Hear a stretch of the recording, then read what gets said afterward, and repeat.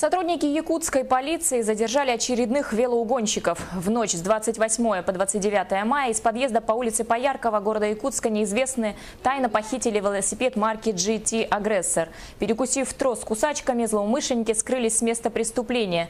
Но в ходе оперативно-розыскных мероприятий сотрудникам полиции удалось установить личности похитителей и задержать их.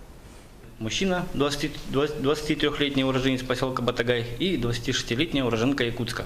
Оба ранее судимые за кражи.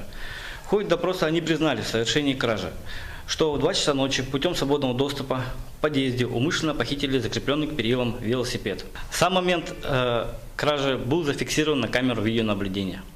По данному факту было возбуждено уголовное дело по части 2 статьи 158 УК РФ.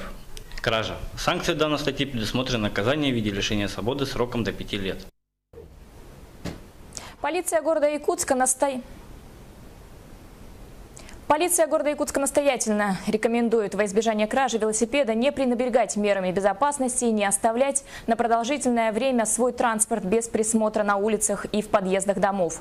В ночное время велосипед рекомендуют хранить в квартире.